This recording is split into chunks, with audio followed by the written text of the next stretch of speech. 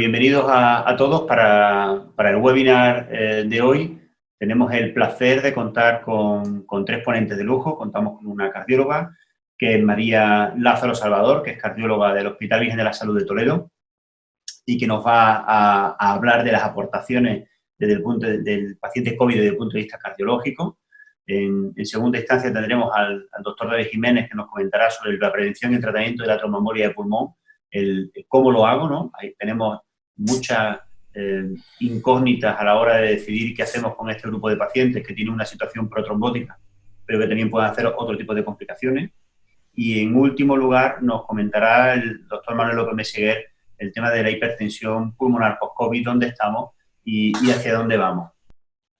Si nos fijamos un poco en cada una de las ponencias que se van a tocar, inicialmente la doctora Lázaro intentará resolvernos estas dudas que tenemos en nuestros pacientes y sobre todo desde un punto de vista al que no estamos acostumbrados como neumólogos y que probablemente nos va a complementar en nuestra asistencia tanto de los pacientes que tenemos ahora en seguimiento como esperemos que no, la segunda oleada que pueda haber de pacientes con COVID.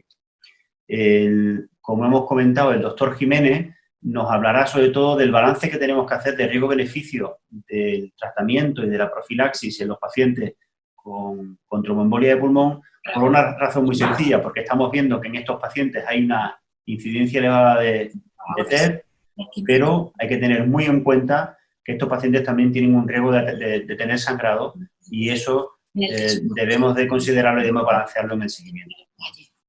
Y bueno, en última instancia, el doctor López Meseguer, pues claro, estamos en una situación nueva y en una situación nueva probablemente tendremos que colaborar un poco todos y de hecho desde SEPAR se está haciendo un documento de consenso para el seguimiento de pacientes con COVID-19 en el que probablemente tengamos que hacer un checklist, tengamos que decidir qué buscar en este tipo de pacientes y sobre todo cuándo buscarlo, que es otra de las preguntas importantes. Y bueno, quería aprovechar la oportunidad que se brinda en el webinar de hoy para recalcar el 5 de mayo fue el Día Mundial de la Hipertensión Pulmonar. Y bueno, ¿qué es lo que hemos aprendido en esta época? Bueno, pues sabemos que se puede empezar con una doble terapia de inicio y con una intensificación de tratamiento, que debemos de estar preparados y abiertos a los cambios que llegan, que tenemos muchos cambios, sobre todo en el escenario que tenemos ahora. Se están rompiendo todos los esquemas de protocolo de seguimiento y de diagnóstico y hay que tener en cuenta también el posible papel protector de algunos de los fármacos y de las complicaciones del COVID-19. Y dentro de los retos presentes y futuros que tenemos es el del tema del diagnóstico de derivación precoz, tema muy importante y crucial. Cuidado porque tenemos que seguir evaluando a los pacientes con alto riesgo, integrar en la práctica clínica las terapias como doble terapia de inicio o la triple secuencial oral, por lo cual esto debemos de implementarlo y hacer protocolos y algoritmos desde cada uno de los centros hospitalarios, dependiendo de la situación clínica del paciente que tengamos, y integrar en nuestra asistencia diaria el COVID-19 dentro de este manejo. Y sin más, pues damos paso a la doctora Lázaro Salvador, que nos hablará de las aportaciones al paciente COVID desde el punto de vista del cardiólogo. María, cuando quiera. Muchas gracias, Luis, por tu amable presentación. He de decir que me hace mucha ilusión estar aquí en esta reunión de neumólogos, que aprendo siempre mucho de vosotros porque me dedico a la hipertensión pulmonar y espero poder aportaros algo desde el punto de vista cardiológico. Bueno, como sabéis, voy a hablar de qué aportan compañeros como yo, qué aporta el cardiólogo en la pandemia COVID. Bueno, yo creo que nuestra aportación fundamental en estos momentos es en 3 puntos. En el diagnóstico diferencial, cuando un paciente viene con dolor torácico y disnea, que ahora sabemos que está aumentada la incidencia del tromboembolismo pulmonar, pero los pacientes pueden seguir teniendo otras patologías. Muy importante la medida del QT, debido a que algunos de los tratamientos que se están utilizando para el COVID pueden prolongar el QT. Y también centrándonos en la hipertensión pulmonar, qué es lo que ha pasado en la hipertensión arterial pulmonar durante la pandemia COVID. Empezamos por el primer punto. Cuando un paciente viene con dolor torácico, en estos momentos pensamos muy a menudo en la tromboembolia de pulmón, pero los pacientes pueden seguir teniendo síndromes coronarios agudos, tanto con como sin elevación de ST, pueden seguir teniendo arritmias paroxísticas como una fibrilación auricular o un flúter rápido, y también la pericarditis se puede presentar con dolor torácico. Nosotros, igual que vosotros, usamos la historia clínica y la exploración física, y lo que podemos aportar los cardiólogos es una valoración exhaustiva del electro y el ecocardiograma. Así, en el electro, este es un electro de un paciente con una embolia aguda de pulmón, podemos ver un poco de taquicardia sinusal, S1, no tiene tan claro el Q3, T3, pero sí vemos bloqueo de rama derecha. En otros pacientes se puede ver incluso mejor, además de ver un S1 muy marcado, aquí sí vemos T3, vemos la desviación del eje hacia la derecha y crecimiento y sobrecarga del ventrículo derecho.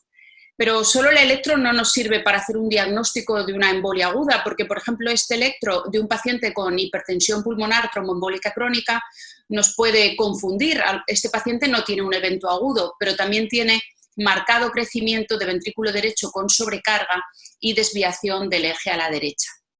Además de toda la patología de la embolia de pulmón que vosotros conocéis perfectamente, un paciente puede venir con dolor torácico y no tener un edema agudo de pulmón, sino tener un infarto, como este paciente que tiene un infarto anterior y lateral muy extenso.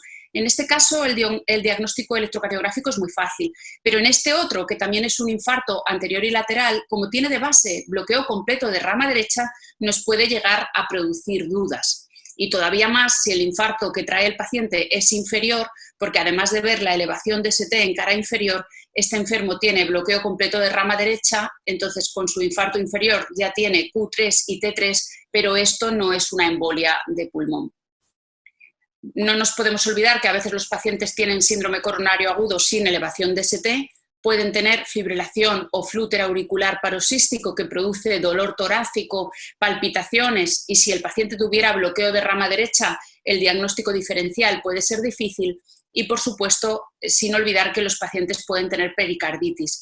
Lo cierto es que nosotros, los cardiólogos, hemos visto que durante la época COVID se ha disminuido el diagnóstico de síndromes coronarios agudos. Muchos pacientes los han pasado en domicilio o no se han diagnosticado adecuadamente en urgencias y hemos visto más roturas cardíacas y complicaciones tardías de la cardiopatía isquémica más que en otros contextos de la historia. Con ello quiero decir que el diagnóstico diferencial es muy importante. Hasta aquí lo que nos aporta el electro. Quizá el eco nos aporta más porque nos permite ver directamente el ventrículo izquierdo, su contractilidad segmentaria para ver si el paciente puede o no tener cardiopatía isquémica, y además nos permite ver la relación del ventrículo izquierdo con el derecho, como en este caso que la aurícula derecha y ventrículo derecho están claramente dilatados en el contexto de un tromboembolismo pulmonar agudo y con el ventrículo derecho disfuncionante. Además, el ecocardiograma puede ser prácticamente diagnóstico en casos de tromboembolismo pulmonar agudo, como aquí, que vemos un ventrículo derecho muy dilatado, no hipertrófico, aurícula derecha muy dilatada, incluso podemos ver el trombo dentro de la aurícula derecha.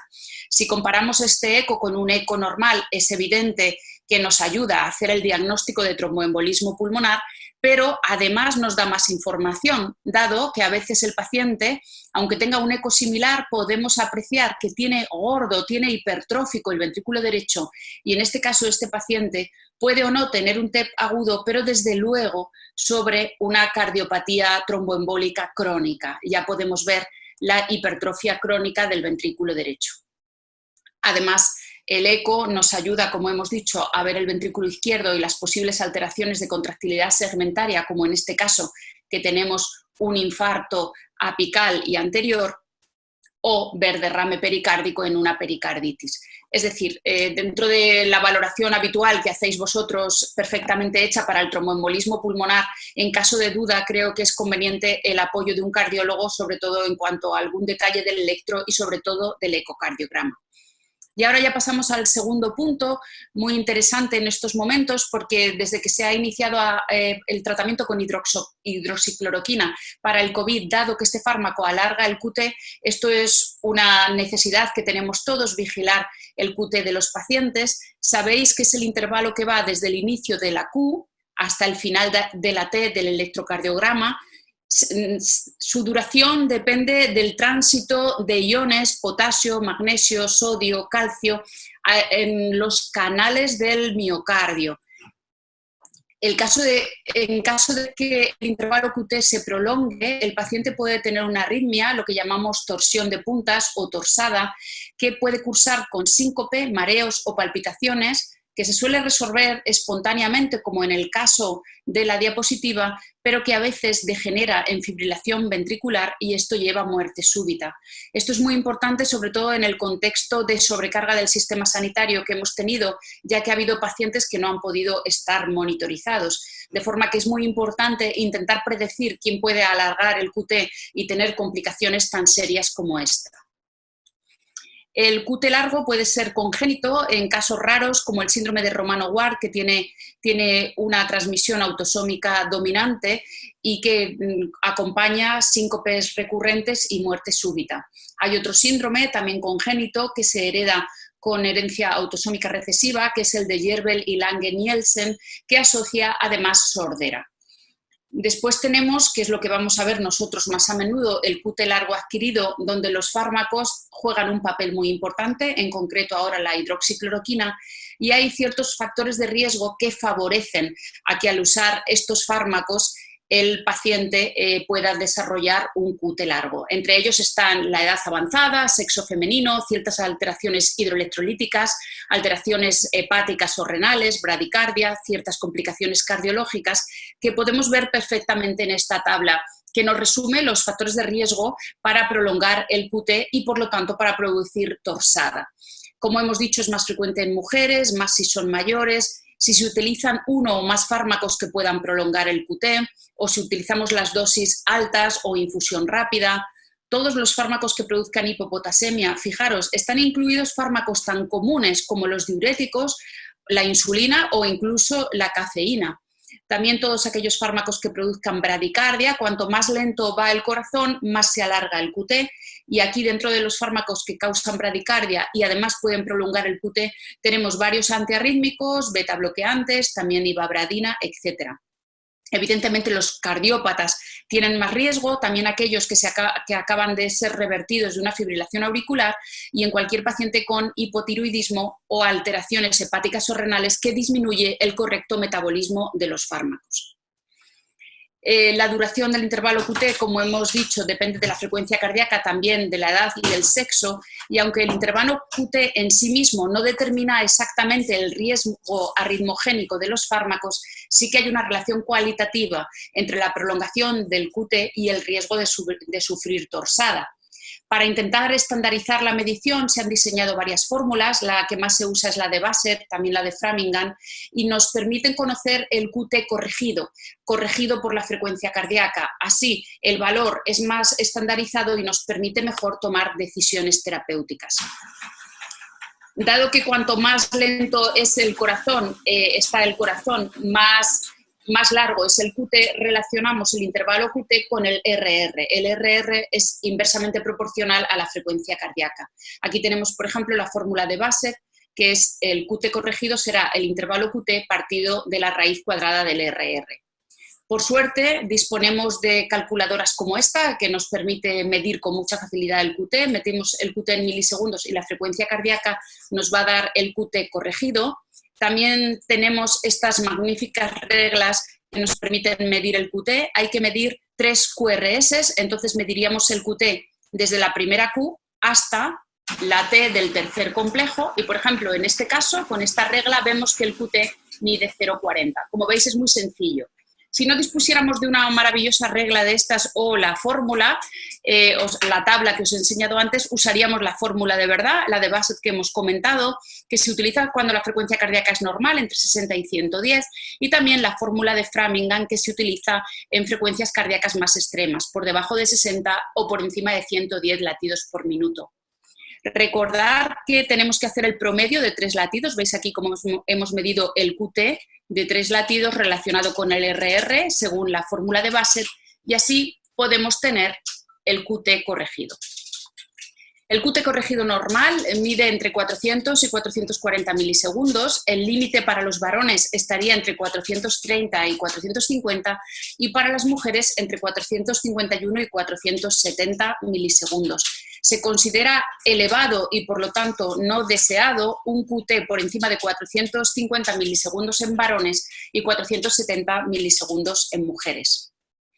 Por suerte, la Universidad de Arizona, en concreto el Center for Education and Research on Therapeutics, nos ofrece una página web muy útil, dado que nos da los listados de los fármacos asociados a la prolongación del QT y, por lo tanto, a riesgo de aparición de torsada de puntas, y nos ofrece otro listado en que nos indica los fármacos que debemos evitar en pacientes con síndrome de QT largo congénito.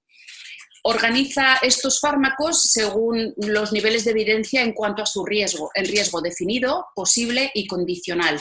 Los fármacos con riesgo definido de provocar torsada son aquellos que alargan el QT y tienen riesgo de torsada cuando se utilizan a las dosis adecuadas y en las indicaciones autorizadas. El riesgo es posible cuando estos fármacos prolongan el QT, pero parece que utilizados adecuadamente en sus indicaciones y dosis adecuadas no suele producir torsada. Y el riesgo condicional son aquellos fármacos que alargan el QT y aumentan el riesgo de torsada, pero solo en determinadas circunstancias. Por ejemplo, si usamos una dosis excesiva o lo combinamos con otros fármacos que también tengan riesgo para alargar el QT. Así, esta página web nos ofrece esta maravillosa tabla con los colores según nivel de evidencia de todos los fármacos que pueden prolongar el QT y, por lo tanto, producir torsada. Y, en concreto, vemos en la H que tenemos la hidroxicloroquina utilizada en estos días para el COVID. Tenemos, además de esta tabla que organiza los fármacos alfabéticamente, tenemos esta otra que nos los organizan según grupos terapéuticos. Y dentro de los antiparasitarios encontramos también la hidroxicloroquina. Aprendeos muy bien esta tabla, que luego al terminar os la voy a preguntar. Bueno, ahora en serio, vamos a ver cuáles son las recomendaciones para ir disminuyendo el riesgo de que el paciente aumente el QT. Tenemos que, antes de poner un fármaco nuevo que potencialmente pueda alargar el QT, hay que valorar los factores de riesgo del paciente. Hay que corregir aquellos que sean modificables. No debemos nunca sobrepasar las dosis recomendadas del fármaco. Por supuesto, evitaremos estos fármacos en pacientes con síndrome de QT largo congénito o que ya tengan el QT prolongado por alguno de los factores de riesgo que hemos comentado, intentando evitar estos fármacos en los pacientes con más factores de riesgo. Si fuera posible, evitar el uso concomitante de más de un fármaco que puedan prolongar el QT largo, lo cual es complicado porque habéis visto la cantidad de fármacos que lo producen, no solo los antiarrítmicos, hay antidepresivos, diuréticos, antieméticos, etc. Y, desde luego, si es posible, hay que evitar el uso de los fármacos que pueden prolongar el QT con otros fármacos que inhiban su metabolismo o eliminación. Una pregunta importante es ¿a quién tenemos que hacer un electro antes de decidir si ponemos un fármaco que pueda alargar el QT? Pues no se recomienda de forma rutinaria hacer un electro. La decisión, como casi siempre, tiene que ser individualizada. Sí se recomienda hacer electro basal y en el seguimiento aquellos pacientes que tengan varios factores de riesgo para que su QT se prolongue. También cuando no hay alternativa para usar otros fármacos y tenemos que usar uno o más fármacos que puedan alargar el QT, más si el paciente ya tenía factores de riesgo, y desde luego en pacientes que llevan mucho tiempo tomando más de un fármaco que pueda prolongar el QT, es conveniente hacer un seguimiento del electro. También es importante educar a los pacientes para identificar los síntomas de una arritmia, como puede ser palpitaciones, mareo, aturdimiento o síncope. Si esto les sucede, deben pedir ayuda médica. Además, hay que informarles de situaciones clínicas que les pueden poner en riesgo de tener cambios electrolíticos y, por lo tanto, riesgo de alargar el QT y hacer torsada, sobre todo, por ejemplo, que tengan hipopotasemia. Esto puede suceder con el uso de diuréticos o ante una gastroenteritis. Y es importante que los pacientes también tengan acceso al listado de fármacos a evitar y las posibles interacciones entre fármacos. También, cuando ya el paciente lo toma, a pesar de todas nuestras precauciones, habrá momentos en que tengamos que retirar alguno de estos fármacos. Hay que estar alerta cuando el paciente tenga varios factores predisponentes o varios fármacos que puedan prolongar el QT. Desde luego, siempre habrá que retirar algún fármaco cuando la relación riesgo-beneficio sea desfavorable y, por supuesto, en un paciente que ya ha tenido una torsada. Si existen alternativas más seguras, sería ideal cambiar los fármacos. y cuando el paciente lleve administración concomitante de varios fármacos que alarguen el QT o algunos que alarguen el QT y otros que inhiban el metabolismo de los primeros, sería bueno retirar alguno. En cualquier caso, siempre que hayamos visto que un paciente alarga el QT o haya tenido una torsada, debemos notificarlo para ir actualizando y mejorando esos listados de fármacos que os he mostrado. Si a pesar de todas estas precauciones el paciente resulta que hace una torsada, ¿qué hacemos en la fase aguda? El paciente puede hacer varias TVs polimorfas, varias torsadas, lo vemos en la telemetría, y una cosa rápida y adecuada es corregir la bradicardia, es decir, aumentar la frecuencia cardíaca del paciente. Para esto podemos usar isoproterenol en perfusión continua o incluso poner un marcapasos temporal o definitivo. Desde luego, los pacientes que tienen un QT largo congénito con historia de síncopes de repetición, muerte súbita familiar, está indicadísimo poner un desfibrilador. Y en el momento agudo en que el paciente está haciendo TVs polimórficas, podemos abortarlas con una infusión de sulfato de magnesio, 1 o 2 gramos IV rápido en 10 minutos. Y después seguir aportando sulfato de magnesio entre 200 y 300 miligramos por hora durante las 4-8 horas siguientes al evento. No se recomienda administrar antiarrítmicos. Espero haberos ayudado con el manejo del QT, estoy encantada de responder preguntas y ya pasamos al tercer punto, centrado en la hipertensión pulmonar en la pandemia de COVID, que luego nos ampliará el doctor López Meseguer.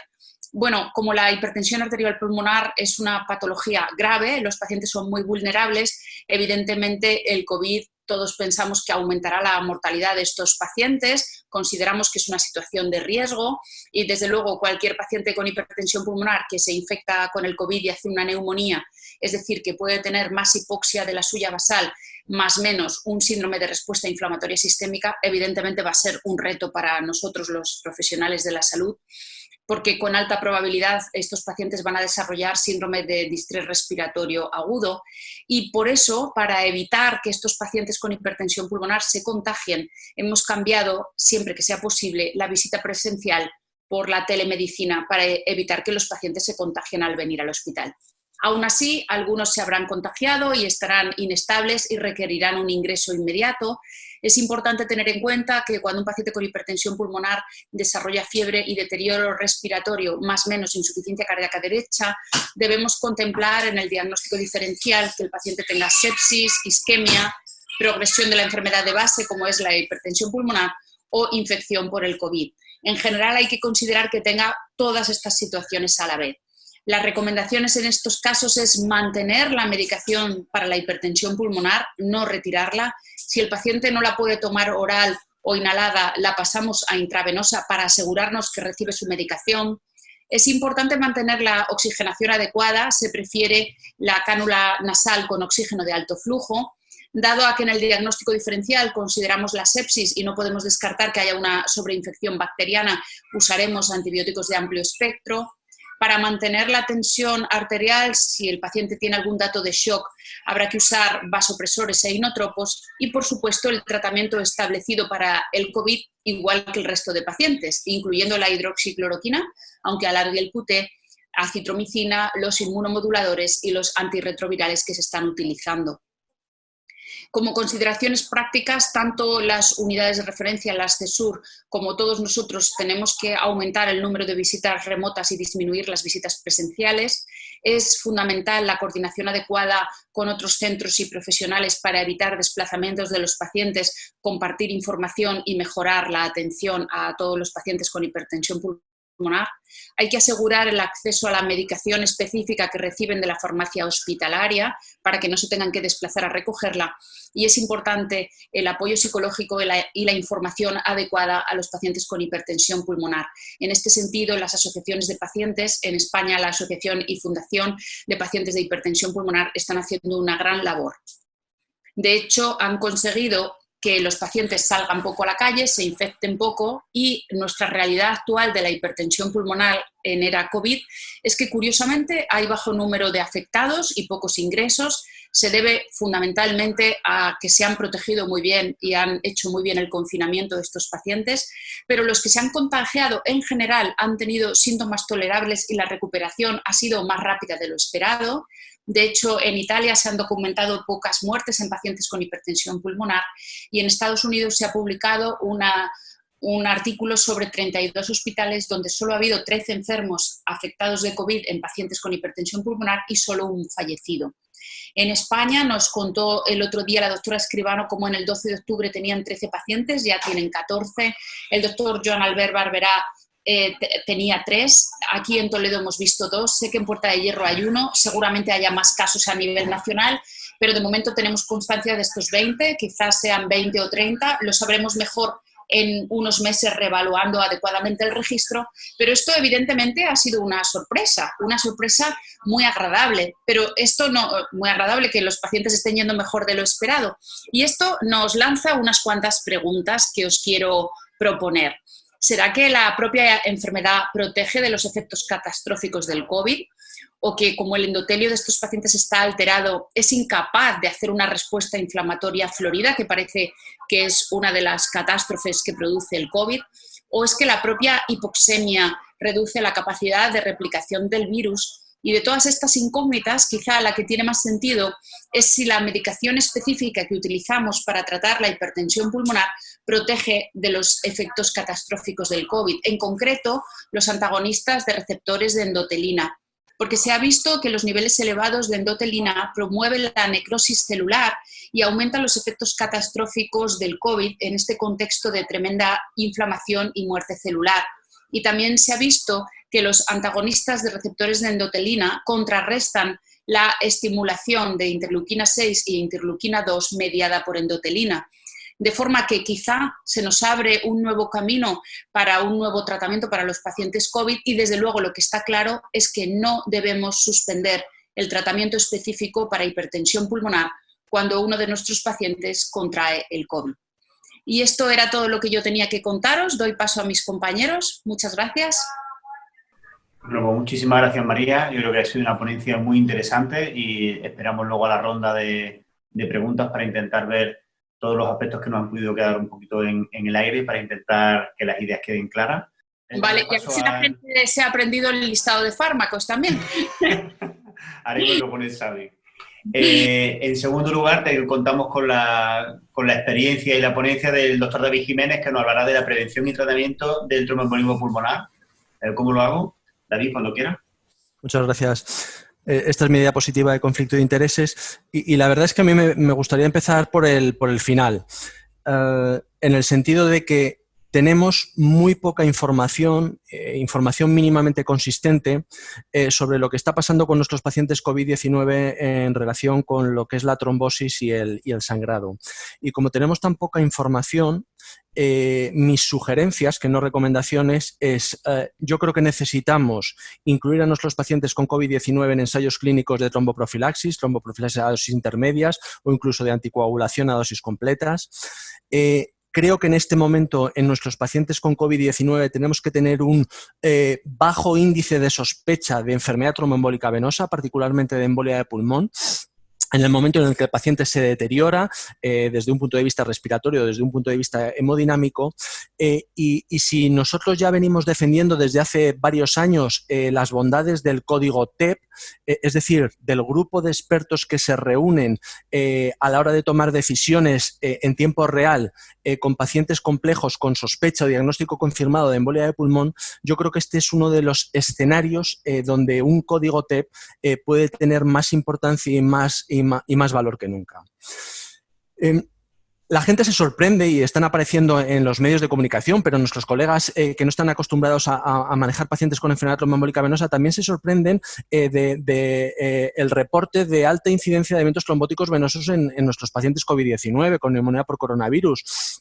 Pero es que yo creo que es bueno recordar que este es un estado infeccioso y un estado inflamatorio sistémico. Y eso lo sabemos desde hace muchos años y sabemos que desde hace muchos años que las infecciones colocan al paciente en una situación de hipercoagulabilidad. Y a eso además tenemos que unir que muchos de nuestros pacientes que hemos diagnosticado y que hemos tratado con COVID-19 son pacientes añosos, son pacientes que tienen infección aguda, son pacientes que tienen una respuesta inflamatoria exacerbada, son pacientes que de forma universal causal están en insuficiencia respiratoria. Son pacientes inmovilizados y no pocos de ellos también tienen otros factores de riesgo para enfermedad tromboembólica venosa. Bien puede ser antecedentes de historia o historia de enfermedad tromboembólica venosa, obesidad u otro tipo de antecedentes. Por eso, a la primera pregunta, ¿es el COVID-19, la COVID-19, un estado de hipercoagulabilidad? La respuesta es absolutamente sí. Lo que todavía, en mi opinión, no sabemos o no estamos seguros o no podemos dar una respuesta exacta es si este estado de hipercoagulabilidad asociado a COVID-19 es un estado de hipercoagulabilidad mayor que el que se produce en otros procesos infecciosos, por ejemplo, como puede ser una neumonía neumocócica o una sepsis o en otro tipo de procesos parecidos. Ha habido una serie de reportes que parecían encontrar incidencias muy elevadas comparadas con la literatura histórica de eventos trombóticos venosos, y este fue el motivo por el cual nosotros decidimos intentar responder a esta pregunta. La pregunta es, ¿el estado de hipercoagulabilidad del paciente COVID-19 es mayor que el de otros pacientes que tienen procesos infecciosos no COVID-19? Y para eso lo que intentamos es responder a la pregunta con una revisión sistemática y metaanálisis. Y fue lo que hicimos. Distinguimos dos grupos de pacientes, los pacientes con COVID-19 hospitalizados en planta convencional y los pacientes COVID-19 críticamente enfermos y, por lo tanto, ingresados en unidades de cuidados intensivos. Esa fue la estrategia de búsqueda que utilizamos y estos son los resultados que encontramos para los pacientes ingresados en planta de hospitalización. Pueden ver ustedes en la diapositiva que la incidencia de trombosis venosa profunda para pacientes hospitalizados COVID-19 fue de un 1% y la incidencia de embolia de pulmón fue de un 2%. Incluso intentamos apurar o afinar un poquito más estos números y de esta revisión sistemática y metaanálisis excluimos el estudio famoso de Cui y colaboradores y una vez excluido el estudio famoso de Cui y colaboradores encontramos que estas incidencias eran todavía menores. ¿Cómo se comparan estos resultados con la información que teníamos ya de los ensayos clínicos pivotales sobre tromboprofilaxis farmacológica en pacientes médicos que requerían ingreso hospitalario? Pues la comparación es muy similar. Pueden ver ustedes aquí los 3 ensayos clínicos clásicos, el ensayo clínico Medenox, el ensayo clínico Priven y el ensayo clínico Artemis, que evaluaron la eficacia y seguridad de tromboprofilaxis farmacológica, enoxaparina, dalteparina y fondaparinux respectivamente, en pacientes con enfermedades médicas agudas que requerían ingreso hospitalario.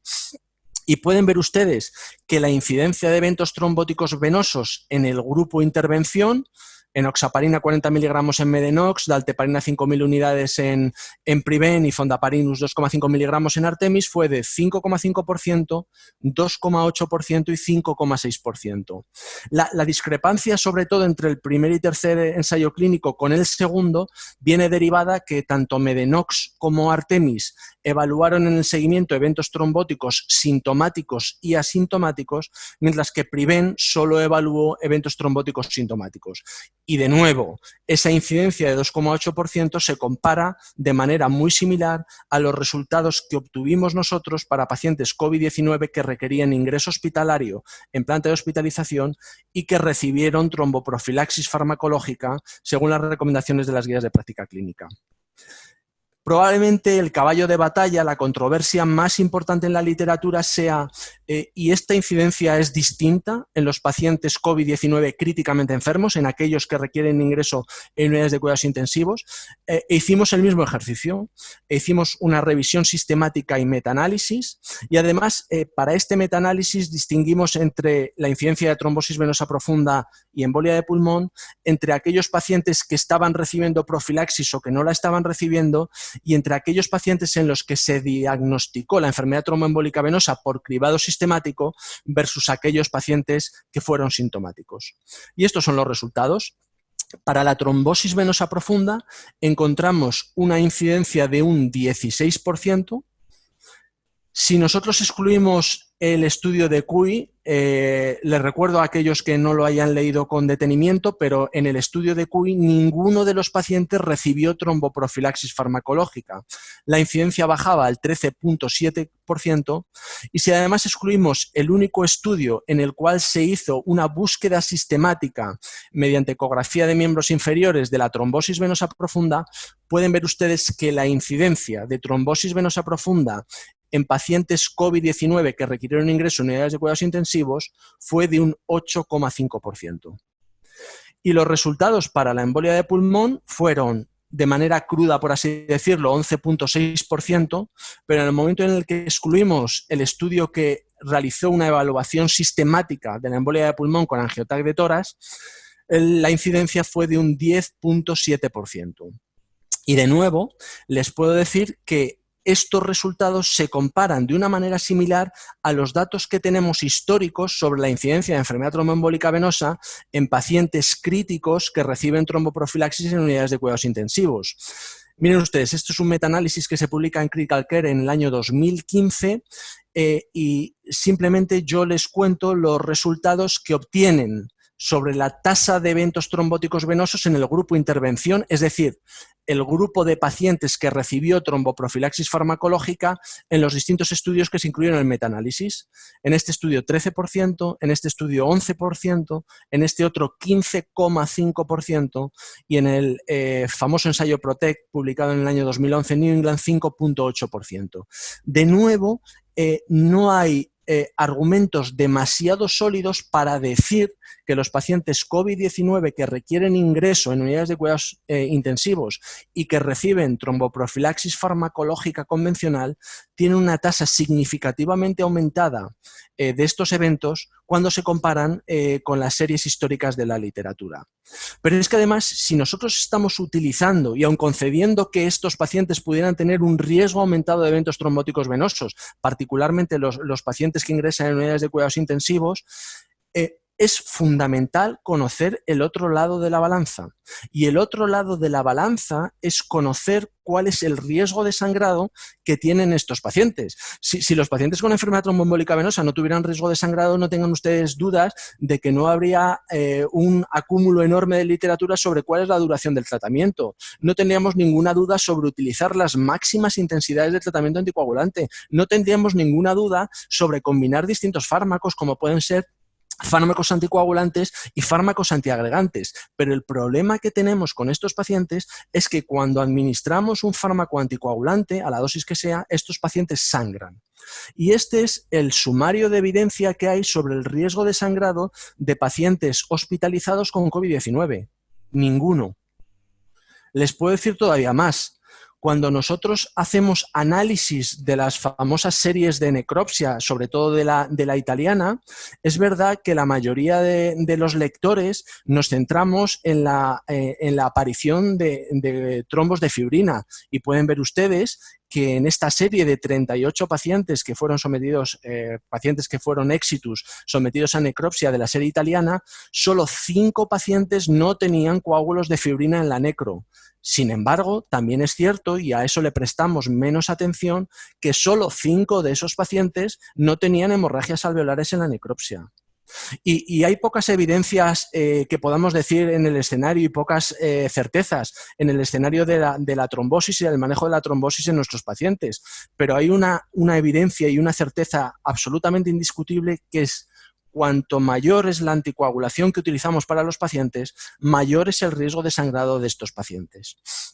Por lo tanto, en función de la ausencia de evidencia científica contrastable, de que no tenemos datos absolutamente incontestables sobre un aumento de incidencia de eventos trombóticos venosos comparados con otros pacientes y sobre el riesgo de sangrado que podrían tener estos pacientes, nuestra práctica desde el principio de la pandemia ha sido adherirnos a las guías de práctica clínica que recomiendan hacer tromboprofilaxis a las dosis aprobadas y derivadas de los ensayos clínicos pivotales, que en este caso es 40 miligramos de enoxaparina una vez al día, o que es 5.000 unidades de dalteparina una vez al día.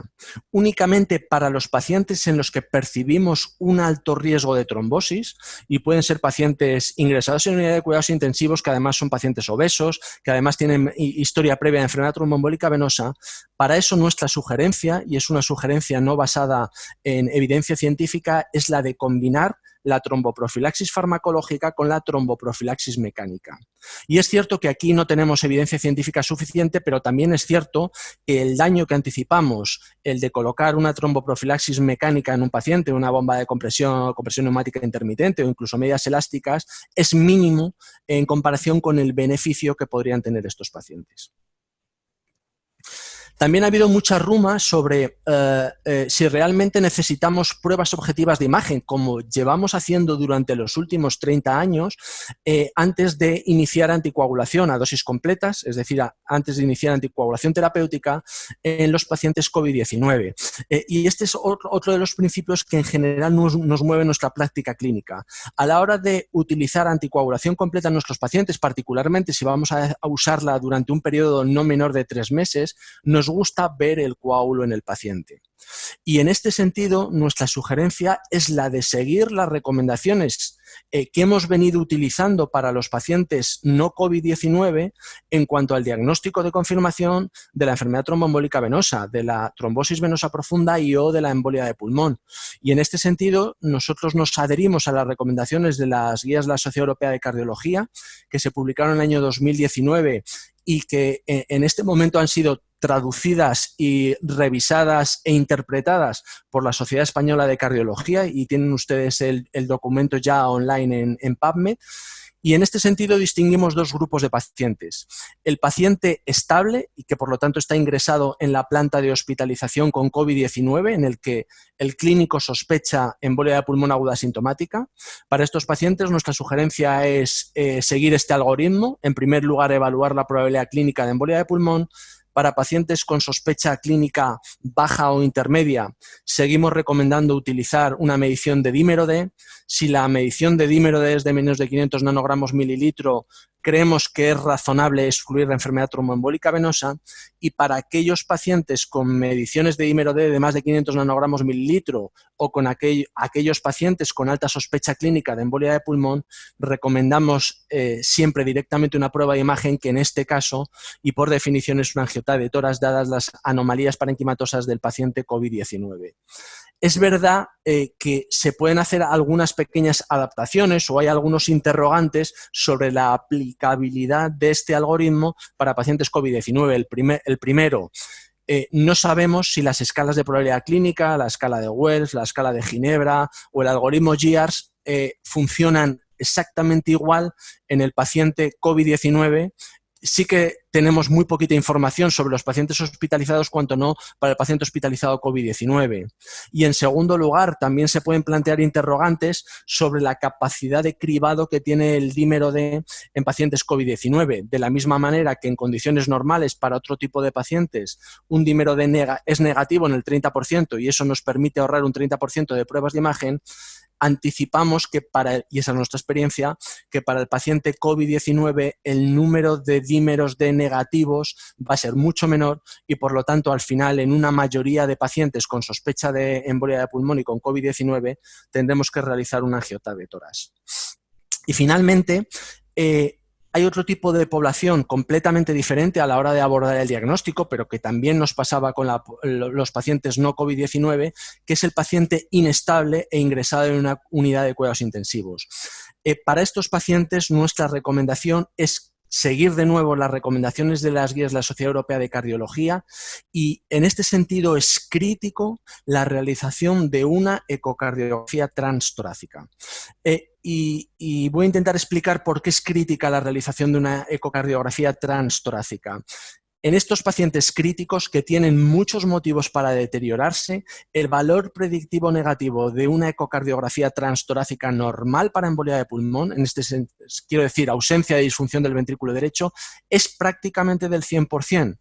Y por lo tanto, si el paciente tiene una ecocardiografía transtorácica normal en la unidad de cuidados intensivos, el deterioro hemodinámico o el deterioro respiratorio no se puede achacar a la embolia de pulmón. Por favor, no utilicen ustedes ustedes en esos pacientes terapias agresivas como puede ser la fibrinolisis sistémica, la fibrinolisis local, la embolectomía percutánea o la embolectomía quirúrgica, que son técnicas muy agresivas asociadas a importantes efectos secundarios y que no van a mejorar a su paciente.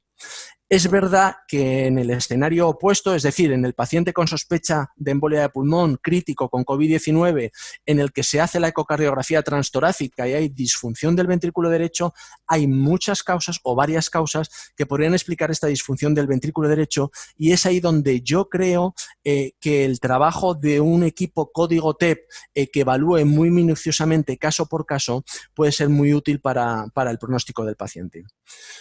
Por lo tanto, ya acabo de nuevo con mi diapositiva de conclusiones. Para resumir todo, yo diría que deberíamos adherirnos a las recomendaciones que conocemos sobre prevención, diagnóstico y tratamiento del paciente en riesgo, con sospecha o con diagnóstico de confirmación de embolia de pulmón aguda asintomática, de muchísimos ensayos clínicos publicados en las 3 últimas décadas en la literatura, y solo a medida que vayan apareciendo datos diferentes en nuestros pacientes COVID-19 deberíamos ir haciendo cambios en estas recomendaciones. Muchas gracias por la atención. Muchísimas gracias, David. Yo creo que ha sido una ponencia muy atractiva e interesante que generará mucho debate luego más adelante. Y si queréis damos paso al doctor López Meseguer, que nos hablará de la hipertensión pulmonar post-COVID-19, dónde estamos y hacia dónde vamos. Cuando quiera, Manuel. Gracias, Luis. Buenas tardes a todos. En mi caso, tomaré como punto de partida la sesión de hace un par de semanas en las que los doctores Escribano y Barberá discutieron todos los aspectos relacionados con la COVID en hipertensión arterial pulmonar en la fase A. Son los siguientes. Por un lado, analizaremos cómo la pandemia ha condicionado el manejo de nuestros pacientes con hipertensión arterial pulmonar estables. También veremos cómo nos ha complicado muchísimo el diagnóstico de nuevos casos en esta nueva etapa, que directamente me atrevo a decir que lo ha bloqueado por completo. Y por tercero, especularemos con la posibilidad de que la COVID sea un factor de riesgo de desarrollo de hipertensión arterial pulmonar, hipertensión pulmonar tromboembólica crónica, así como de empeoramiento de aquellos pacientes con hipertensión arterial pulmonar diagnosticados y que hayan pasado esta enfermedad de forma aguda. Veréis que he preparado una presentación de campaña muy acorde con los tiempos que vivimos. La mayoría de mis comentarios son opiniones, son valoraciones, cuya única intención es servir de punto de partida para el debate posterior, que creo que será lo verdaderamente interesante. Y es que no existe evidencia alguna sobre nada de lo que voy a comentar. Y en el mejor de los casos yo confío en que se vaya generando a lo largo del próximo año o en el futuro lo más cercano posible. Un buen punto de partida quizá podría ser esta carta que Cheli y Fabri enviaron a RJ ya por finales de marzo, cuyo mensaje se puede resumir en el tuit que adjuntaba la revista, ¿no? Y que describe perfectamente la situación de partida, que yo creo que se sustenta en 3 puntos. Lo primero, no sabemos qué consecuencias a medio o largo plazo va a tener la COVID sobre nuestros pacientes, de forma general. Segundo, y ya pensando en la hipertensión arterial pulmonar, tenemos la sospecha razonable de que podría haber secuelas o afectación o como queramos llamarlo a nivel vascular. Al fin y al cabo, la COVID, pues en la fase aguda se ha comportado con una afectación vascular muy protagonista que todos conocéis, y es razonable pensar que podrían quedar secuelas a este nivel o incluso, y esto quizás sea más aventurado, pensar que la COVID puede actuar como gatillo para un desarrollo de una vasculopatía pulmonar crónica en el futuro.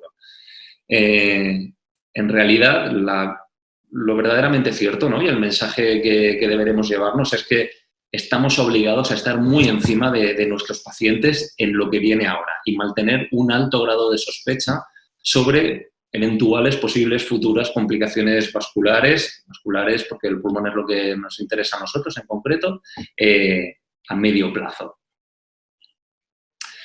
Recientemente se ha publicado este, llamémosle, documento de propuesta de manejo de los pacientes con hipertensión arterial pulmonar afectados por COVID en la fase ambulatoria que ahora comenzamos. Es un trabajo que ha sido publicado hace unos días. lo más parecido a unas recomendaciones de manejo ambulatorio que de momento tenemos, y que de hecho muchas de ellas ya las hemos aplicado sin necesidad de que nadie nos las diga, pues movidos por las restricciones al acceso a pruebas y a visitas que hemos sufrido, así como por la necesidad de proteger a nuestros pacientes de un posible contagio en el medio hospitalario. Al final y en resumen, todo va orientado a sopesar para cada decisión que tomemos el beneficio que va a obtener el paciente de la misma y el riesgo a contagiarse al que le sometemos y ver si vale la pena. El objetivo, al final, siempre va a ser reducir al máximo la presencia del paciente en el hospital. Y aquí entra la telemedicina, que es un concepto que, de hecho, muchos ya teníamos en mente como algo hacia lo que pensábamos que teníamos que avanzar, pero no sabíamos cómo aplicarlo, tampoco era una prioridad en nuestros centros, pero que creo que definitivamente ha venido para quedarse. Y una de nuestras principales tareas que tenemos que acometer desde ya es la de definir entre todos cómo adaptamos este concepto, que puede ser lo que nosotros queramos, a la asistencia específica de nuestros pacientes. De forma muy resumida, los dos principales factores que han modificado nuestra práctica clínica en estos meses ha sido que el profesional se ha tenido que dedicar a la pandemia y dejar todas sus actividades previas, y que el paciente tenía un mensaje clarísimo, que era que debía evitar acudir al hospital si no era estrictamente necesario. En cuanto a los profesionales, pues nuestra realidad en los últimos meses no os lo tengo que explicar, pero se ha visto condicionada por muchos factores que nos han alejado de nuestra práctica clínica habitual. Nos han forzado a dejar las consultas especializadas, la asistencia al COVID lo ha impregnado todo, además hemos enfermado, hemos tenido que guardar cuarentenas por contacto directo, ¿no? Y un aspecto que también nos ha afectado a muchos es que nos hemos visto abocados a conciliar nuestra vida extrahospitalaria con las exigencias del trabajo dentro del hospital, pues de una forma mucho más acelerada de la que hace un par de meses no podíamos esperar que podríamos hacer. El paciente, por otro lado, pues tiene que limitar su asistencia a los centros sanitarios, esto ya está comentado, y tiene que ser la mínima imprescindible para minimizar el riesgo de exposición.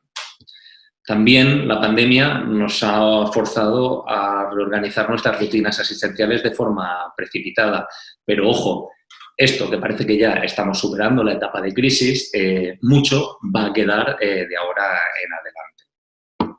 Yo os puedo hablar de las estrategias que se han planteado en mi centro para cuando reactivemos ya la actividad plena de consultas y de gabinetes a partir de junio. Se van a partir las consultas, se van a estirar los horarios a lo largo de toda la jornada, hasta por la tarde, se van a redistribuir las zonas de salas de espera, yo creo que todo esto es bastante habitual, pero la medida más trascendental, y a la primera que de hecho se recurrió desde el inicio del estado de alarma, es a la visita telefónica, que también va a ser una herramienta que yo creo que todos vamos a tener que utilizar en el futuro. Yo tengo la impresión de que nos encontramos en la transición hacia un modelo de asistencia menos paternalista del que estábamos utilizando hasta ahora.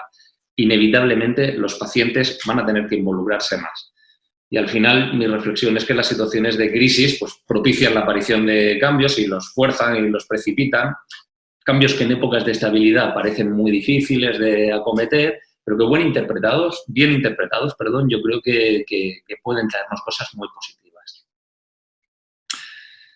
En estos meses, el estudio de nuevos casos de hipertensión arterial pulmonar, mi impresión es que se ha congelado, al menos en mi centro. Dentro del estado de emergencia se ha paralizado la actividad en consultas, los gabinetes, los ingresos programados y, en general, cualquier acto que supusiera un riesgo de ocupar una cama de intensivos, cualquier estudio invasivo, también se ha paralizado. En adelante, la reflexión clave que tendremos que hacer va a ser qué exploraciones hacemos y cuándo las hacemos, siempre en torno a este balance de beneficio-riesgo que implica citar al paciente y hacerle venir al hospital. Por supuesto que todos consideramos que si solicitamos una exploración concreta es porque pensamos que es necesaria para el paciente en ese momento. Pero, de alguna manera, nos vamos a ver abocados a tener que aplicar criterios más restrictivos a la hora de decidir. Ojo, que no estoy diciendo que esto sea lo correcto, ni que en ningún momento tengamos que tomar decisiones que nos hagan sentir incómodos o que directamente pensamos que son incorrectas. Y el objetivo de esta propuesta siempre es proteger al paciente de forma global y decidir hacer lo que consideremos que es mejor para él. Pero evidentemente estas recomendaciones, que no son mías, que nos vienen de las direcciones de nuestros hospitales, están abiertas a interpretación del facultativo y nos va a tocar mojarnos y decidir.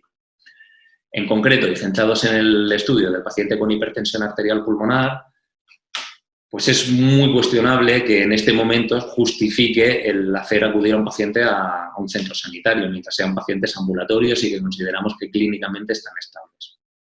En relación con esto, ¿no? Y un matiz así un poco más concreto que nos puede ayudar a decidir, son aquellos pacientes en los que además acumulen factores de riesgo para tener hipertensión pulmonar de otros grupos, del grupo 2, del grupo 3, ¿no? En los que probablemente todavía estaría menos recomendado precipitar la práctica de pruebas en este momento, puesto que probablemente no se van a derivar estrategias o actitudes terapéuticas así rápidas que varíen el curso clínico del paciente. Y este mensaje sí que de alguna manera está documentado y ha quedado plasmado en este documento muy centrado en las cardiopatías, muy orientado para los cardiólogos, pero cuya conclusión principal es que se debe evitar todo procedimiento electivo y es extensiva a cualquier tipo de patología que se tenga que estudiar mediante estudios invasivos en este momento. En cuanto al manejo de nuestros pacientes afectos de hipertensión arterial pulmonar y estables, pues si aceptamos que muchos de estos tendrán que entrar en una dinámica de visitas a distancia a partir de ahora o al menos de momento, es fácil ver que la valoración clínica que podemos hacer sobre su estado de gravedad y la progresión de la enfermedad que puedan estar sufriendo es muy pobre. Hasta ahora, y sin poder hacer ninguna prueba de caminete, a duras penas podríamos obtener información sobre una progresión de su sintomatología e incluso esto parece que ha sido difícil de valorar teniendo en cuenta que han sido pacientes confinados en su casa en los que un eventual empeoramiento clínico o aumento de la disnea pues era muy, muy difícil de percibir por el paciente. No tenemos que olvidar cuál es el objetivo terapéutico de la hipertensión arterial pulmonar, que es el de mantener a nuestros pacientes en una situación de bajo riesgo. Y esto no debería verse comprometido por la nueva situación que estamos viviendo. Por otro lado, es verdad que va a ser difícil si nos manejamos simplemente con el interrogatorio clínico. Así que tendremos que intentar alcanzar un equilibrio entre reducir la frecuencia de los estudios, pero seguir solicitándolos en aquellos pacientes en los que nos estemos planteando una decisión terapéutica, ¿no? Probablemente esta sea la clave. Y así, una serie de ideas y reflexiones sobre cómo se puede plantear, ¿no? En algunas cosas concretas el manejo terapéutico de nuestros pacientes a partir de ahora. Y partiendo de que en estos 2 meses atrás también mi impresión es que el cambio de tratamientos, por no hablar del inicio de nuevos tratamientos, pues ha sido muy escaso o casi nulo. Yo os puedo hablar en mi experiencia, hemos tenido un único caso de una paciente con una hipertensión portopulmonar en lista de espera de trasplante hepático que estaba ingresada, que estaba inestable y que hemos tenido que tomar decisiones, pero el resto de pacientes ambulatorios no hemos tomado ninguna decisión terapéutica. Pero a partir de ahora sí que va a haber unas líneas marcadas de cómo tenemos que actuar sobre el tratamiento de la hipertensión arterial pulmonar y, como siempre, orientadas a facilitar su manejo a distancia del hospital. Ya lo ha comentado María, los centros de procedencia de nuestros pacientes, más accesibles, con posibilidad incluso de hacer algún programa de asistencia domiciliaria, van a tener un papel protagonista, así como también el soporte telefónico por las enfermeras especializadas o desde las unidades de referencia van a ser cruciales para dosificar aquellos fármacos a distancia y así como valorar la tolerancia a los mínimos y ir haciendo un seguimiento clínico en nuestros pacientes. Y hay una propuesta, ¿no?, de evitar utilizar los anticoagulantes que requieren unos controles periódicos de nivelación de fármaco, ¿no? También vale la pena comentar que todos los programas quirúrgicos y de tratamientos invasivos que se han paralizado hasta ahora, y luego si queréis podemos hablar más en profundidad en concreto del trasplante pulmonar, pues los vamos reactivando progresivamente. En concreto el de trasplante de pulmón ya se ha activado. En resumen, y buscando la parte positiva, yo creo que estamos ante una gran oportunidad de que los pacientes den un paso adelante, que adquieran protagonismo y un mayor nivel de responsabilidad sobre sus tratamientos, ¿no? También en la línea del comentario que hacía anteriormente. Bueno, hasta aquí cómo la COVID ha condicionado el manejo y la gestión asistencial de nuestros pacientes. Ahora voy a compartir con vosotros algunas reflexiones sobre cómo la enfermedad por coronavirus puede influir en el curso de la hipertensión arterial pulmonar o incluso comportarse como un factor de riesgo de empeoramiento o de aparición de hipertensión arterial pulmonar, hipertensión pulmonar tromboembólica crónica en el futuro. Como he comentado al principio, todo lo que viene a partir de ahora, aún más, es totalmente especulativo y os pido que lo encajéis como una propuesta de ideas que podemos discutir después. Perdón. No quiero abundar en estas ideas, pero el punto de partida es que la infección por COVID implica una serie de alteraciones fisiopatológicas, por todos ya conocidas, pero que en su vertiente de afectación vascular pues, comporta dos alteraciones principales, ¿no? Un estado de hipercoagulabilidad con un riesgo parece elevado de trombosis venosa, que ha sido objetivado en algunas series de pacientes que ya se van publicando, y una inflamación vascular endotelial, parece que explosiva y verdaderamente clínicamente relevante. La incógnita es cómo todas estas alteraciones agudas que ya conocemos van a condicionar la evolución de nuestros pacientes a largo plazo, ¿no? Y hasta qué punto pueden suponer un factor de riesgo de aparición de estas enfermedades en el futuro.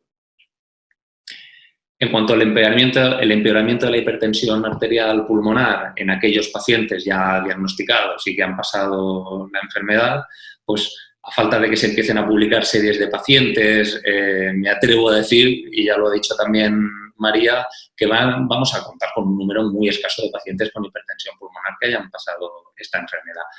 No vamos a tener cohortes de pacientes que nos permitan establecer correlaciones entre la infección y un eventual empeoramiento posterior de la hipertensión arterial pulmonar, que de por sí ya es una enfermedad progresiva. En cualquier caso, y precisamente porque son muy pocos pacientes y podremos evaluarlos con relativa facilidad, y puesto que uno de los intereses de la neumología como especialidad en el futuro es intentar describir al detalle cómo es esta nueva enfermedad, que además parece que ha venido para quedarse, pues creo que este subgrupo de pacientes debería ser sometido a una evaluación de su situación clínica en los próximos meses, que nos ayude a entender cómo se va a comportar esta enfermedad en el futuro en cuanto a su relación con una vasculopatía pulmonar a largo plazo. Otro escenario que podríamos contemplar es el de que la COVID se comporte como un factor de riesgo de desarrollo de hipertensión arterial pulmonar o de hipertensión tromboembólica crónica de nuevo. Los compañeros que se dedican a la patología intersticial se están apoyando en la experiencia previa, comunicada y conocida de las epidemias anteriores similares, ¿no? El SARS, el MERS, tras los cuales una proporción relevante de pacientes expresaron cambios compatibles con NIU, incluso con neumonitis por hipersensibilidad. En el caso de la hipertensión arterial pulmonar, y aunque la COVID se distingue por una afectación vascular muy llamativa, lo cierto es que no hay casos descritos de hipertensión arterial pulmonar en enfermedades similares, como puede ser el post-distrés respiratorio agudo o otras causas como el MERS o el SARS. No hay casos descritos y la verdad es que parece muy aventurado, incluso para el tono de esta charla, pues plantear que la COVID vaya a ser un factor de riesgo desencadenante de hipertensión arterial pulmonar. Sin embargo, en cuanto a la hipertensión pulmonar tromboembólica crónica, pues sí que parece plausible que el SARS pudiera ser un factor de riesgo. En base a todo lo descrito, una alta incidencia de tromboembolismo pulmonar, al menos en los pacientes graves, y esta inflamación vascular asociada con afectación especial en el endotelio, que parece muy aguda, pero que no es descabellado pensar que de alguna manera pudiera dejar algún tipo de lesión residual o de hacer de trigger de un posterior proceso de vasculopatía similar al que vemos en la hipertensión pulmonar tromboembólica crónica. En este sentido, la práctica de una ecocardiografía en todos aquellos pacientes que hayan pasado al menos formas graves de coronavirus o los que hayan tenido un TEP identificado asociado, pues parece más que razonable. En cualquier caso, esto sí que se tiene que ver acompañado de un alto índice de sospecha a largo plazo de hipertensión arterial pulmonar tromboembólica crónica, ya que podría presentarse en el control evolutivo de estos pacientes más adelante, como cualquier paciente que ha tenido un evento trombótico agudo.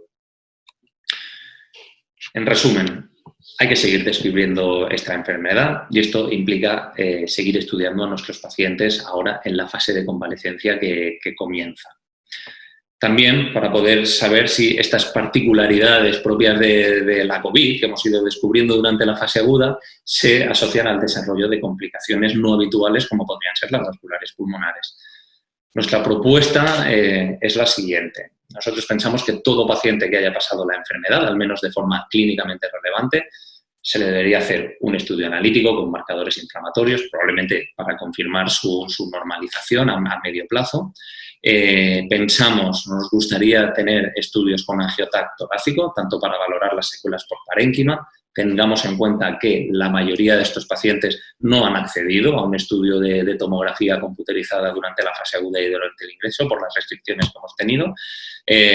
Y también sería interesante tener un estudio de contraste de la vasculatura pulmonar para ver si de alguna manera pues, podemos describir la presencia de defectos de perfusión cuya interpretación clínica queda, ¿no?, para debate.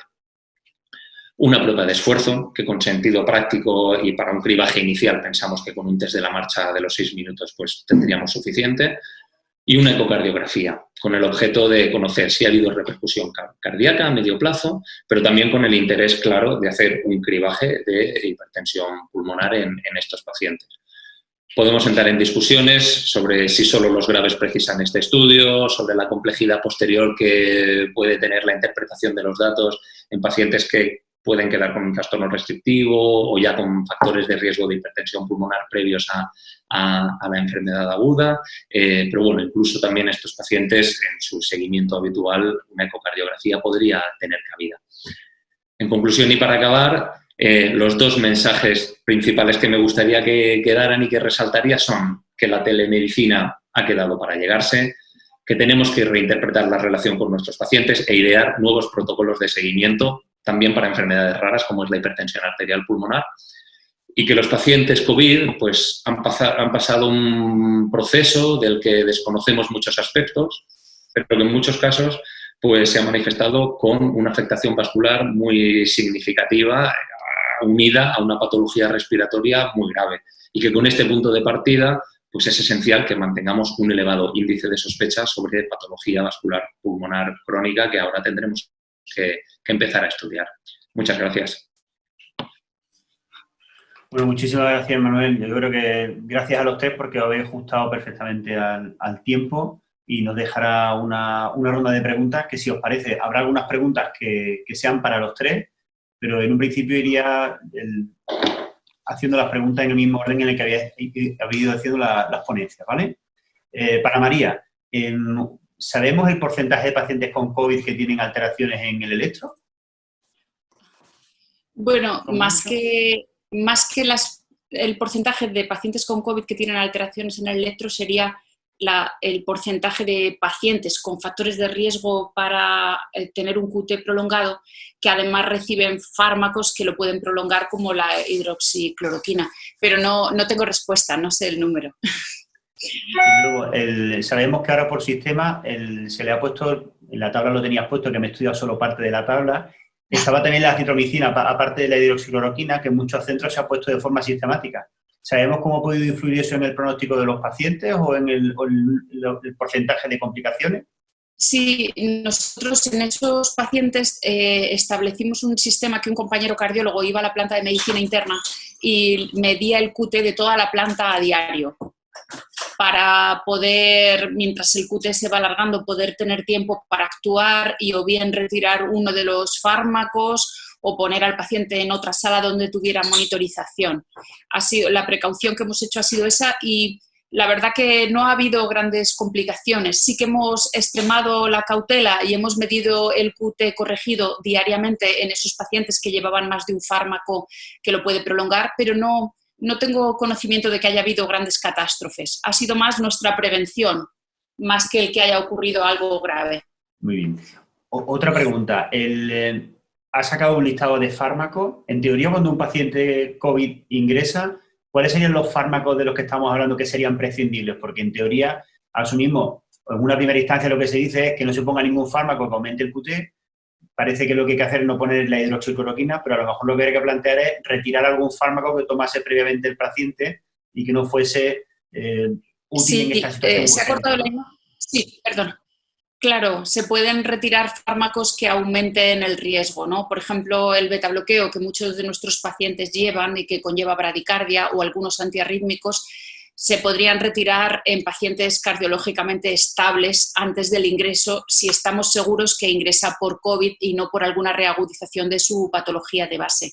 Son decisiones individualizadas para cada paciente, no se pueden dar normas generales, sino que viendo el paciente, sus factores de riesgo, si es hombre o mujer, la edad que tiene, las patologías de base, cardíacas, función hepática, función renal y las medicaciones que toma, que hemos visto que muchísimos fármacos pueden alargar el QT, simplemente los diuréticos, cualquier antiarrítmico, en concreto los betabloqueantes, también calcioantagonistas como el diltiazem, hasta la cafeína pone que está incluido.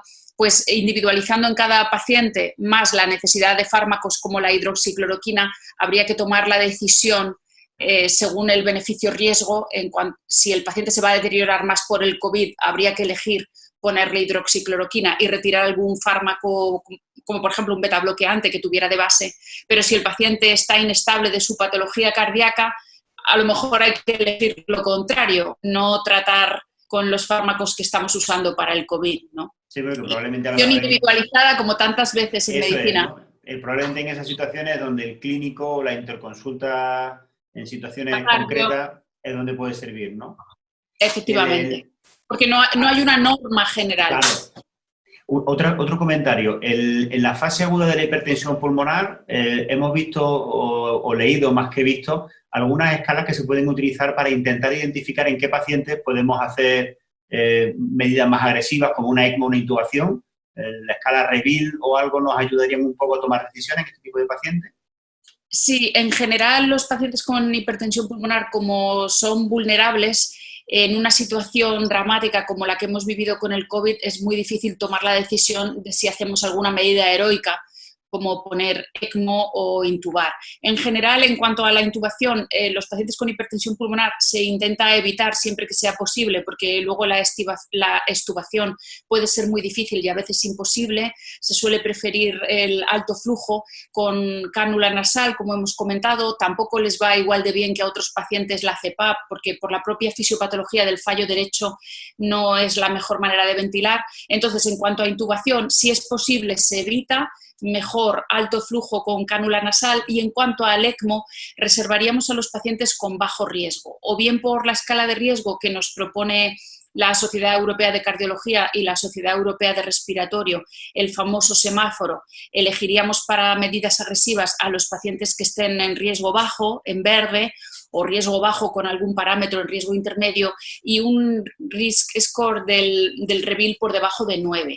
En cualquier paciente con un riesgo superior a eso se prefiere evitar medidas agresivas porque probablemente el riesgo-beneficio no lo justifique.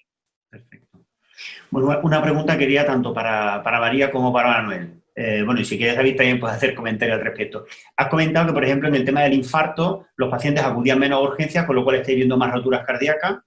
Esto en el espectro de los pacientes con hipertensión arterial pulmonar, ¿puede que esté pasando lo mismo? Que no haya un efecto protector del fármaco que esté tomando el paciente, sino que estos pacientes están aguantando en casa y que a lo mejor la telemedicina tenga un papel más en los pacientes menos graves, pacientes con patologías más o menos banal, y que en los pacientes graves lo que estemos haciendo sea demorar diagnóstico, demorar tratamiento. Estamos hablando que estos pacientes muchas veces vienen con una demora ya al diagnóstico de casi 2 años, rondando una disnea que no sabemos cuál es la etiología, y lo que estamos haciendo es entrar en una situación que a medio plazo puede ser peor para los pacientes.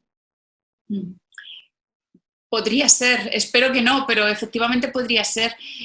Yo creo que los pacientes crónicos estables saben valorar bien sus síntomas, y creo que en ellos la atención telefónica es adecuada porque sí pueden describir si están mejor, peor o igual. Los que son crónicos pero inestables, coincido contigo en que debemos estar alerta y, si es posible, en una zona limpia de COVID en el hospital, verlos físicamente, no vaya a ser que se deterioren, hagan mucha insuficiencia cardíaca y cuando los veamos sean mucho más difíciles para revertir esa situación. Y luego creo que también hay un problema con los pacientes nuevos, que, como bien ha dicho Manuel, prácticamente se ha parado el proceso diagnóstico y, como son nuevos, no tenemos bien estratificado su riesgo y podría ser que cuando todo esto acabe nos encontremos con pacientes muy deteriorados. Espero que no, pero tienes toda la razón que eso puede estar sucediendo. Ojalá no, pero en mi opinión sí puede estar sucediendo. A ver qué opinan Manuel y David. Bueno, yo creo que, a ver, aquí hay varios escenarios, ¿no? Lo que ha tocado María, evidentemente los pacientes por diagnosticar, vale que hemos pasado 2 meses, que la vida se nos ha puesto a todos patas arriba, pero bueno, ahora deberíamos entrar en una etapa de normalidad en la que a estos pacientes se les debería poder ofrecer un proceso diagnóstico pues con unos timings aceptables y sin grandes restricciones. Estamos hablando de la hipertensión arterial pulmonar. Es una enfermedad que por su prevalencia no va a saturar ningún gabinete, y encima es una enfermedad en la que los pacientes, la expectativa es que se beneficien mucho de tener ese diagnóstico, de tener esa etiqueta, ¿no? Y hay una expectativa de beneficio que yo creo que justifica cualquier tipo de estrategia diagnóstica, ¿no? En cuanto a los pacientes ya prevalentes y que conocemos de nuestras unidades, es verdad que aquellos estables, aquellos de larga evolución, aquellos que además ya los conocemos de la consulta y sabemos que son pacientes que es muy difícil que te vayan a dar un susto, que conocen muy bien su enfermedad, aquí la telemedicina juega un papel que es muy interesante.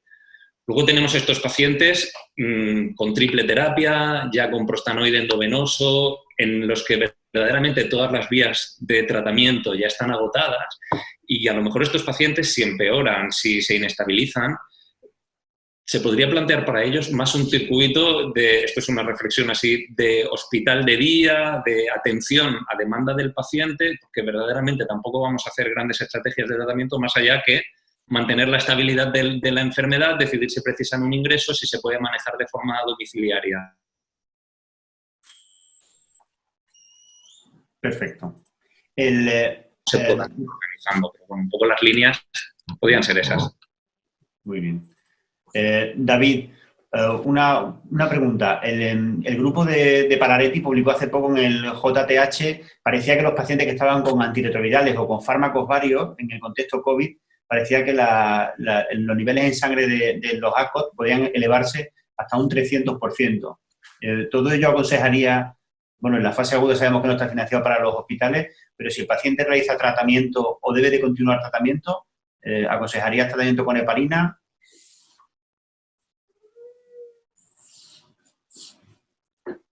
Nosotros en este momento no recomendamos para ningún grupo de pacientes tratamiento en la fase aguda con otra cosa que no sea anticoagulación parenteral, es decir, con heparinas de bajo peso molecular.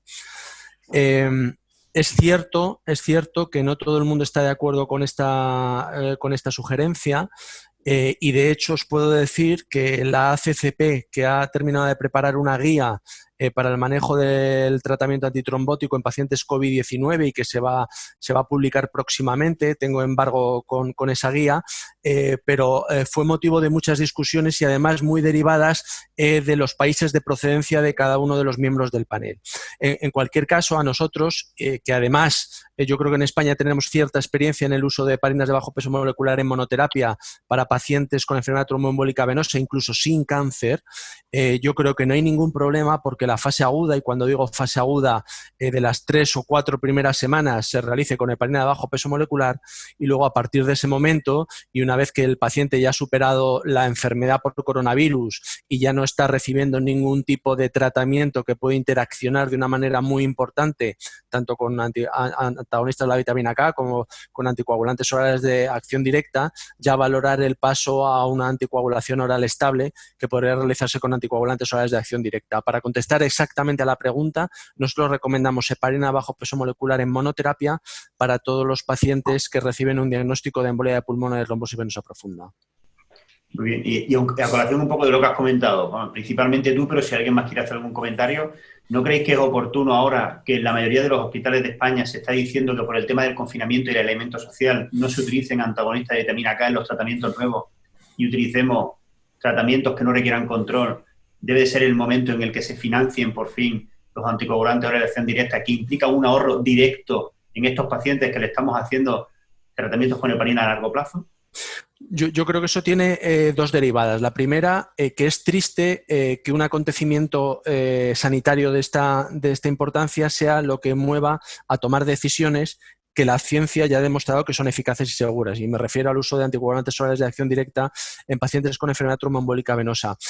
Pero la amenaza que yo encuentro en esto es que la apertura del uso de anticoagulantes orales de acción directa, iba a decir de una forma más o menos libre, para pacientes que son pacientes muy delicados. Todos tenemos la experiencia de que estos pacientes se deterioran a los 7-10 días, se ponen malísimos cuando antes estaban buenísimos. Todos tenemos la experiencia de que estos pacientes están recibiendo tratamientos concomitantes donde ya se empiezan a encontrar señales de que las interacciones son muy potentes.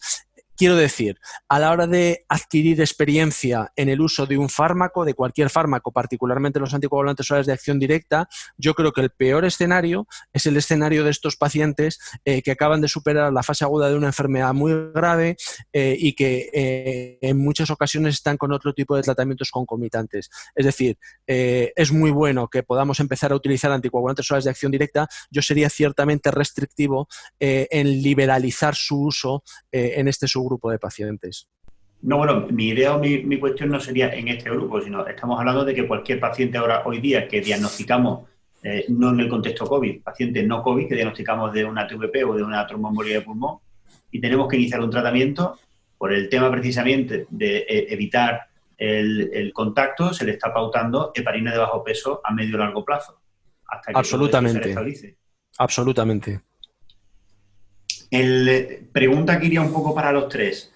¿En qué perfil, y hablaríamos un poco, bueno, nosotros aquí vamos a hablar más desde el punto de vista vascular, de pacientes realizaríamos un seguimiento estrecho para identificar la hipertensión pulmonar, que en este caso, como habéis comentado tanto María como Manuel, puede ser grupo 3 o grupo 4, ¿de acuerdo? Habría que decidir porque, para empezar, estos pacientes, muchos de ellos, cuando acudieron a urgencias, no tenían disnea. O sea que, si la pregunta del millón es si a los 3 meses tiene disnea, si no tenía disnea la situación basal, ¿cómo hacemos o cómo estratificamos en qué grupo de riesgo podemos hacer un seguimiento más protocolizado sin abusar mucho de las técnicas? ¿Utilizamos la escala SIC o solo analizamos los que han requerido ingreso hospitalario con una situación grave? ¿Solo los de UCI? Empezamos por David, si queréis, luego Manuel y luego María. Bueno, nuestra aproximación al seguimiento del paciente que ha superado la fase aguda de la enfermedad es un poco más nihilista que el que planteaba Manuel. Nosotros en este sentido no recomendamos realizar pruebas de control para el paciente que damos de alta del hospital con radiografía de tórax normal. Y únicamente recomendamos seguimiento con pruebas específicas, me refiero radiológicas, analíticas o de otro tipo, para aquel paciente que fue dado de alta con radiología anormal y para aquel paciente, por supuesto, que desarrolla síntomas durante el seguimiento. Es decir, si hay algo en lo que seguro que estamos de acuerdo todos, es que todos estos pacientes requieren un seguimiento estrecho y luego a partir de ahí nos ponemos más o menos de acuerdo en si ese seguimiento estrecho tiene que contar con muchas pruebas específicas o con menos pruebas específicas. Bien. Nosotros hemos planteado una estrategia así de control ambulatorio que empezará o priorizaremos a los pacientes que han estado verdaderamente graves, a los que pasaron por la UCI y ya están en casa, y de ahí iremos desescalando. Pero sí que nos gustaría entender muy bien la enfermedad, tanto de los que han estado extremadamente graves como de los que la han vivido, ¿no? de una forma más benigna. Las pruebas que yo he puesto ha sido un repaso que no es un protocolo oficial que nosotros tengamos, y que tiene un poco de modo de carta a los Reyes Magos, pero que sí que yo creo que resume un poco toda la información que a todos nos gustaría tener, no estrictamente para el seguimiento clínico de estos pacientes, que muchos se habrán curado, esto se habrá resuelto y saldrán sin secuelas de esta enfermedad, pero sí también con un poco de ambición investigadora, ¿no? y de estudio y de ir un poquito más allá. Nosotros ya hemos empezado y a los pacientes que han pasado por la UCI, que por definición todos los que se han ido para casa, llamativamente se han ido a aire ambiente con buenas saturaciones de oxígeno, pero con unas radiologías de salida, placa simple de tórax, pues con secuelas llamativas, ¿no?, que tendremos que estudiar más a fondo. Yo creo que estos pacientes, realizar una ecocardiografía, que quizás es lo último que tenemos que plantear, quizás tiene poco sentido hacerla de aquí a 2 semanas, ¿no? Incluso tendría su interés dejar pasar unos meses, esperar a que el paciente se acondicione físicamente, esperar a ver una difusión, esperar a ver si desatura en el test de la marcha, ¿no? Y con toda esta valoración global y un poco quizá guiándonos o usando como guía, ¿no?, el semáforo de evaluación de riesgo del paciente, en algún momento sí intentar hacer una ecocardiografía en todos los que podamos, a mí me parece que será muy interesante. María, no sé si quieres hacer algún comentario. Sí, yo coincido que nosotros también vamos a valorar hacer por lo menos una radiografía y pruebas de función respiratoria a los pacientes, no a todos los que lo hayan pasado, pero sí a los pacientes que han requerido ingreso, que tienen placas de tórax patológicas, y en aquellos que persistan con síntomas pasados mínimo 6 meses de haber sido dados de alta y que tanto la radiografía como las pruebas de función respiratoria sean patológicas, sí que indicaríamos un ecocardiograma. Esto puede que lleve a una saturación de los laboratorios de ecocardiografía del país, pero creo que es, como bien dice Manuel, la manera de seguir la enfermedad, poder investigar de verdad qué secuelas va a tener, si va a aumentar la incidencia de hipertensión pulmonar y de qué grupo. Y bueno, como tenemos tantas incógnitas, yo creo que debemos seguir muy de cerca a los pacientes para ojalá ir encontrando respuestas. Sí, en ese sentido, de todas maneras, sí, sí que me gustaría hacer un comentario, si me lo permites, Luis. Claro. Alrededor de la enfermedad estamos encontrando que en muchas ocasiones todos, y por supuesto yo me incluyo, queremos reinventar la rueda sobre todas las cosas. Lo que quiero decir con esto, y por supuesto habrá tantos protocolos como clínicos, como centros hospitalarios, pero esto es una neumonía. ¿Qué hacemos nosotros habitualmente con las neumonías? Habitualmente nosotros, en el seguimiento de las neumonías, lo que intentamos confirmar es siempre una curación radiológica que se hace en un periodo de tiempo establecido, de 4 a 6 semanas, y para los pacientes en los que se objetivan curaciones radiológicas y están asintomáticos, nuestra sugerencia es no hacer otras cosas distintas. ¿Qué es lo que hacemos para los pacientes que les queda una secuela en forma de fibrosis pulmonar? Pues tendremos que adaptar los protocolos que venimos utilizando desde hace más de 30 años para el manejo de los pacientes con fibrosis pulmonar. ¿O qué hacemos para los pacientes que con la COVID-19 desarrollaron un evento trombótico venoso? Pues tendremos que hacer el seguimiento que hacemos habitualmente en nuestros pacientes con embolia de pulmón, secundaria en este caso a un proceso infeccioso, y que en ocasiones es obligado realizar la ecocardiografía torácica y en otras no. Lo que quiero decir con esto es que muy probablemente sería inteligente el adaptar, pero de una manera menor o parcial, todo lo que venimos haciendo con pacientes con procesos infecciosos, con trombosis y con fibrosis en los pulmones. Sí, bueno, a colación de todo eso, y yo creo que un comentario, no sé si lo veis pertinente o no, yo creo que si en España, con el número de miles de pacientes que hemos tenido, hubiese habido un mismo protocolo de tratamiento, hablo ya de la fase aguda, habríamos generado evidencia prácticamente semana a semana, y probablemente con el seguimiento lo que tocaría sería hacer algo parecido, ¿no? Yo creo que lo ideal sería que el seguimiento, no sé si de todos los hospitales de España, pero de la gran mayoría de los hospitales de España, hiciésemos todo un seguimiento muy parecido para intentar saber qué estrategia funciona o no, y en base a eso intentar trabajar en el futuro a medio y largo plazo. Muy bien. Manuel, no lo has comentado en la ponencia, un poco, ¿nos podrías comentar un poco la repercusión que ha tenido todo esto a nivel de trasplante, valoraciones de trasplante, realización de trasplante y seguimiento? ¿Cómo ha influido el COVID en todo ello? Sí, bueno, pues de forma muy similar a lo que he explicado, la actividad de trasplante, tanto la ambulatoria, se ha paralizado totalmente, como los procedimientos. También un poco forzados porque se ha parado la actividad de donación y porque había una consigna clara que era que no se podía hacer ninguna actividad que supusiera o que implicara un riesgo de ocupar una cama de intensivos, ¿no? Esto era una prioridad. Se han hecho trasplantes anecdóticos, todo en paciente en urgencia nacional. Nosotros en 2 meses hemos hecho un único trasplante, lo que virtualmente quiere decir que hemos parado nuestro programa. Esta situación se está reactivando, ya vamos teniendo disponibilidad de camas de intensivos, va habiendo ofertas de donación y, bueno, lo normal es que de forma natural se vaya retomando. No sé lo que nos costará retomar los niveles de actividad tan buenos que teníamos en España hasta hace un par de meses. Si queréis os puedo hablar de las particularidades del manejo médico de los pacientes trasplantados que han sido diagnosticados con coronavirus. En realidad es muy sencillo y las adaptaciones del protocolo han sido mínimas. La inmensa mayoría se han tratado con hidroxicloroquina, aumentando las dosis de acitromicina que ya de por sí los pacientes llevan de forma crónica, de forma protocolizada. Los que por criterios de gravedad y de aumento de la IL-6 lo han requerido se ha tratado con tocilizumab sin efectos secundarios. Y lo que sí que hemos sido más restrictivos ha sido en el uso de antirretrovirales por cómo interaccionan con el tacrolimus, con la ciclosporina, con los inhibidores de la calcineurin. Que esto verdaderamente en los pacientes que los hemos utilizado sí que han supuesto una subida explosiva de los niveles de inmunosupresión, con la consecuente insuficiencia renal asociada, y han complicado mucho el manejo.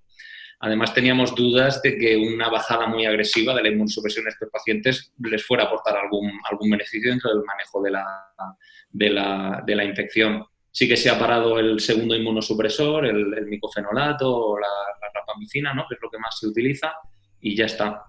También os puedo decir que estamos ultimando el manuscrito de la cohorte de pacientes trasplantados de pulmón, pues, en la que prácticamente hemos participado todos los centros nacionales, que van a ser 44 pacientes. Yo creo que es una serie de pacientes francamente importante para empezar, y si conseguimos publicarla rápido será la primera que se comunique en exclusiva para esta enfermedad, y van a ser resultados muy, muy interesantes que espero que podáis leer dentro de muy poco.